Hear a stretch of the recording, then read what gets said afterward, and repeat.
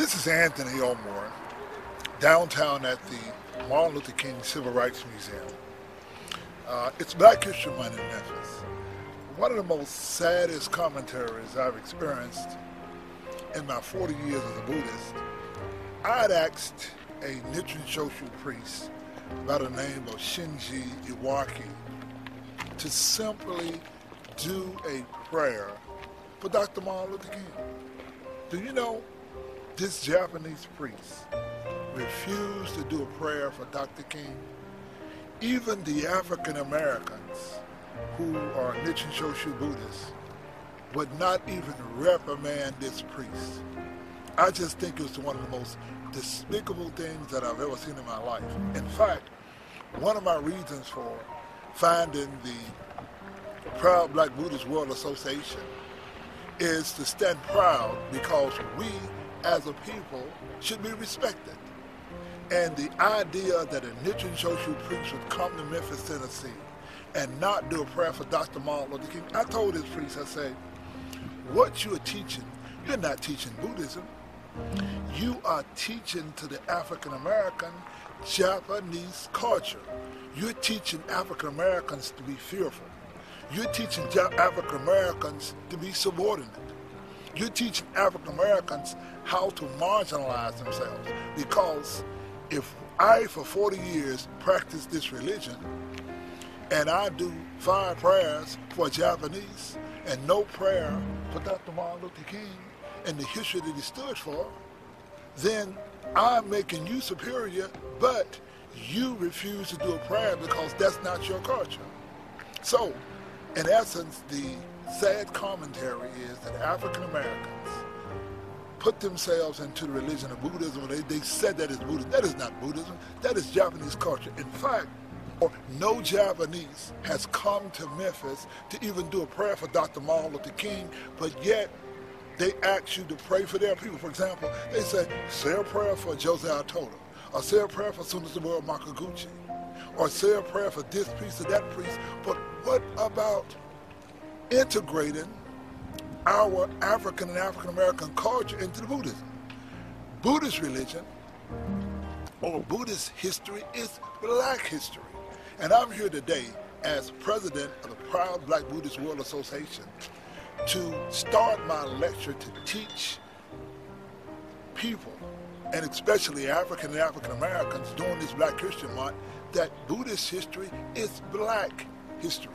So we hope that you sit back and enjoy this great Buddhist lecture. Now, sometimes I've come to a Buddhist meeting and there's this Japanese priest, a young boy, the same age as my child, come here all the way from Japan to teach me Buddhism. Yet you have not studied anything about Memphis. You don't know anything about the people. How can you teach me some Buddhism and you don't even know anything about the people? You don't know anything about the culture. How can you inspire people? You never struggled, you never walked, you've been in some temple in Japan, and you're going to tell me something about some Buddhism? Oh no.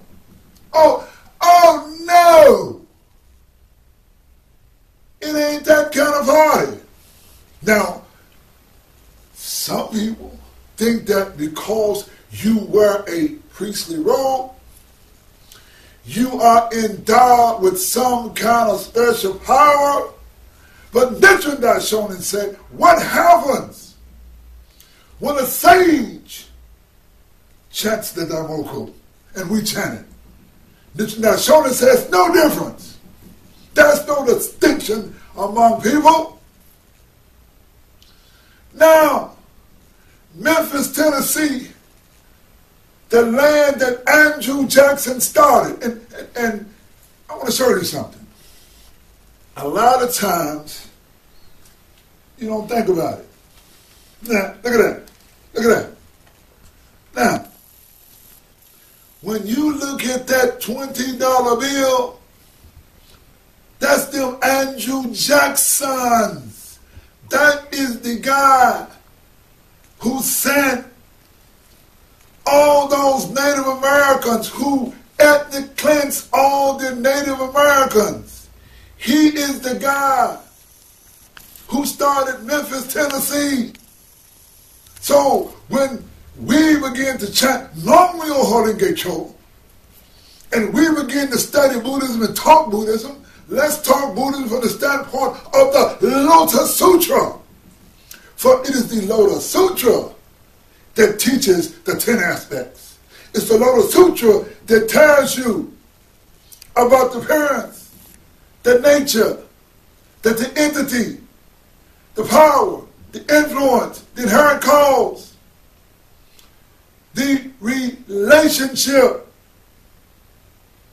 the manifest effect, the latent effect, the manifest effect, and the consistency of beginning to the end. Once you begin to put all this together, you begin to understand. But let me begin to bring this thing home and tell you what it means. Just as I walk around the community and I look at so many people in the eyes, and I look at the African American community, and the brother got his pants hanging down his ass, and people have a sense of hopelessness. They don't have no future. They didn't get the education. They didn't get the background. No one taught them things. They're living life on their instincts. They're so sad that they feel they got to go take a drug. They got to immerse themselves in alcohol, immerse themselves in illegal or immoral activities. That is what's happening. And all of a sudden, I understand a priest might have a good intention, but you are not the right person to come in the community, because we need somebody who can come in the community, who can stand shoulder to shoulder with his brothers. See, when the Japanese comes here, you haven't faced any discrimination. You don't know what it's like not to have a job, not to be able to support your family. You don't know what it is when you get stopped and frisked. You don't know what it is when the police stop you. You don't know what it is to go through discrimination all of your life. You don't know what it is. In the book Native Son, it was Bigger Thomas. Bigger Thomas said in the book Native Son, he said, the impulse to dream has been beaten out of me. Because I don't have the impulse to dream, I don't want to do it no more. And what happened to so many of our young people? They didn't get it in school, they didn't get it together, and all of a sudden, they don't have no life no more. They find themselves in correction centers that's making profit. You go downtown in Memphis, Tennessee, and you look at the court system, and nothing but African Americans, hundreds and thousands all in the court. You said, do white people do bad things? Why is it that we are only a small percentage of the population, but yet we probably have 50-70% of African Americans in the jail system? Something is wrong with that. Something is wrong in America. But let me tell you something about Buddhism. See, in the Lotus Sutra talks about the 10 worlds. And we know about hell, we know about hunger, we know about animality, we know about anger, we know about day-to-day life. But it's that world, those higher worlds, that Buddhism teaches. It is that world of learning, self-realization, and bodhisattva.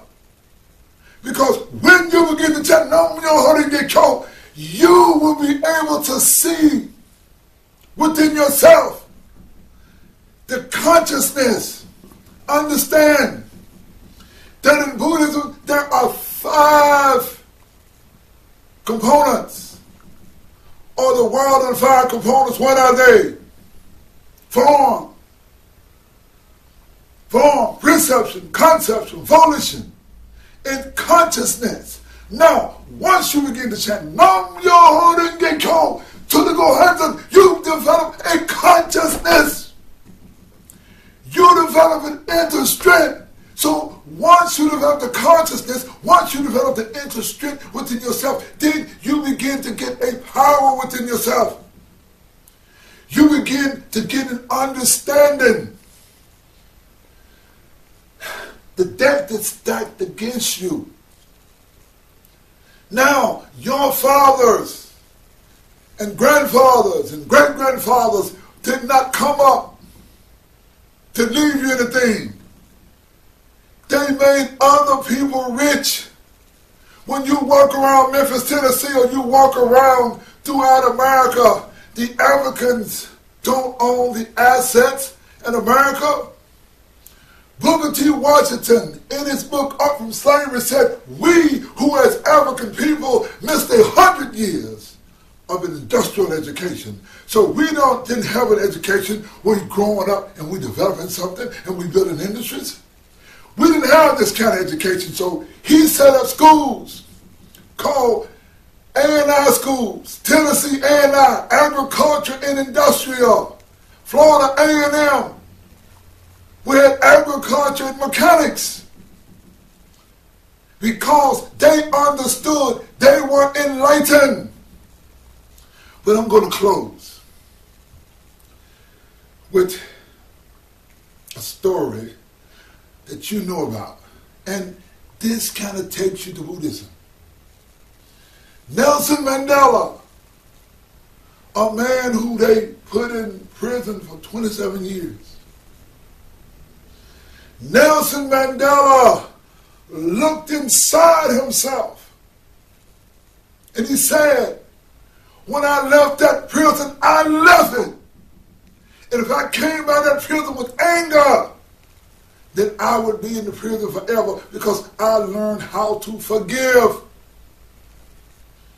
He brought himself up. He didn't practice Buddhism. However, inherently within every human being, there is a bodhisattva nature. There's a nature to do good, to help others. You are more higher than you are lower. So when you begin to chant Nam Myoho Renge Kyo and you begin to chant, you can change things because you change yourself. And when you change yourself, you can change others. So just like Nelson Mandela, who reached inside himself and brought peace to his country, we can make a better America. We can help ourselves. We can help our brothers. We can help our sisters. We can make a better America. But it's got to be us. I don't have to go to Japan to see the Gohansan. The Gohansan is in the life, the mortal skin of those who embrace the Lotus Sutra and who chant Nam Myoho Renge Kyo. So I'm going to close this lecture by saying, whatever dreams you got, whatever goals you got the power of the Buddhahood within you. You don't have to be angry. You can be able to chant and you can be able to study and you can be able to understand history. And you can get peace and happiness in this life and good circumstances in the next. And no matter what your circumstances are, you don't have to do the drug. You don't have to go out and rob nobody. You don't have to kill nobody. You can actually change your life through chanting. So, I want to encourage you to think about Buddhist practice. Think about chanting Nam